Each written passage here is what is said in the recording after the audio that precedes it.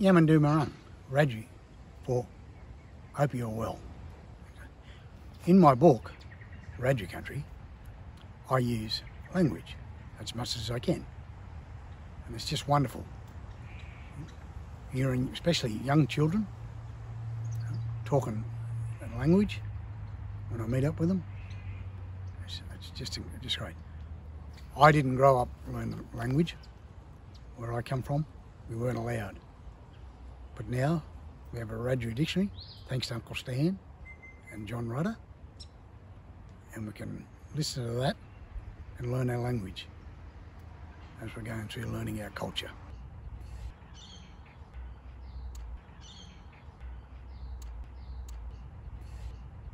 I enjoyed using Wiradjuri language in my book, as I realised there's some words we have today that come from the Wiradjuri language, such as billabong, wombat and kookaburra. If we lose our language, we lose a big part of our culture.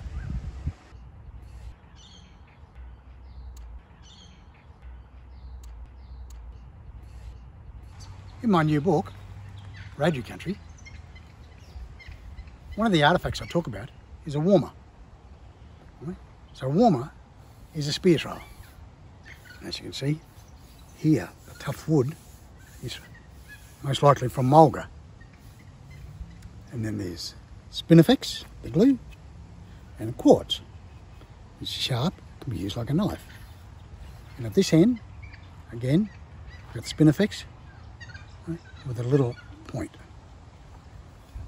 What we do, the point, we put the spear, gamma, into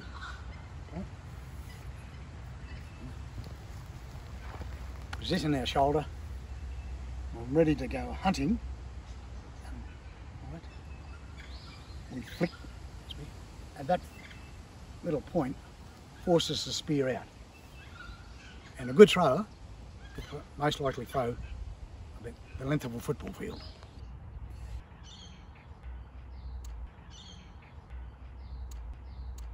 I'd like to read you a story from my book, Wiradjuri Country. The story is How the Sun Was Made. Back in the Balanda, the beginning, there was no Ure, sun. There was only the moon and Giralang, the stars. Giralang were the fires of the sky people. At this time, no people lived on earth. There were only birds and other animals, which were many sizes larger than they are today. A long time ago, Dinawan, the emu, and Gumbel, the bush turkey, were on a large plain near the river, which we call Billa. As usual, they were arguing. Dinawan was jealous that Gumbel could fly, and Gumbel was jealous that Dinawan had so many babies. Gumbel became very angry and rushed to Dinawan's nest.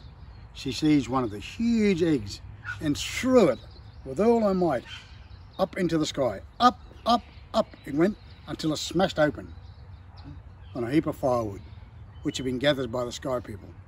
The firewood burst into flame as the yellow yolk from Dinawan's eggs spilt over it.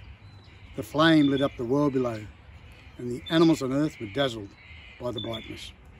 The sky people could see all the colours of the earth, the reds, the greens, the blues and the yellows of the birds and flowers, and they could feel the warmth of the fire. The sky people saw how bright and beautiful earth looked when lit up by the flames. They thought it would be good to make a fire every night to see the stunning colours. So all night they collected wood and heaped into a big pile. Before the heap was almost big enough, they would send out Wiradjuri, the morning star, to warn those on earth that the fire would soon be lit.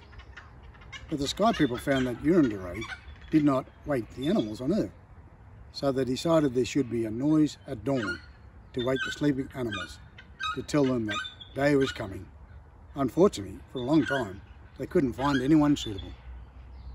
At last, one morning, they heard the sound of something in the distance. At first it was very faint. But as they got closer and closer, it got louder and louder.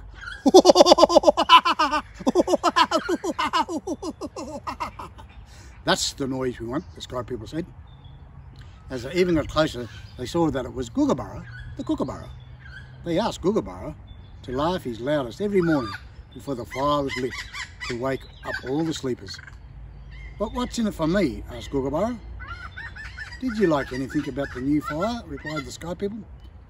"I love seeing the difference between day and night, and I like seeing the reds, the greens, the blues and the yellows of the birds and the flowers, but most of all I love warming my wings," said Kookaburra. "Well, if you two agree to laugh every morning, then we agree to light the fire at the beginning of every day," said the Sky People. "But won't I get in trouble with the animals here on Earth?" asked Kookaburra. "We'll tell them to treat you like a brother and not to harm you or make fun of you. We'll tell them that your job is important," said the Sky People. So Kookaburra agreed to laugh his loudest at dawn every day, and he has done this ever since.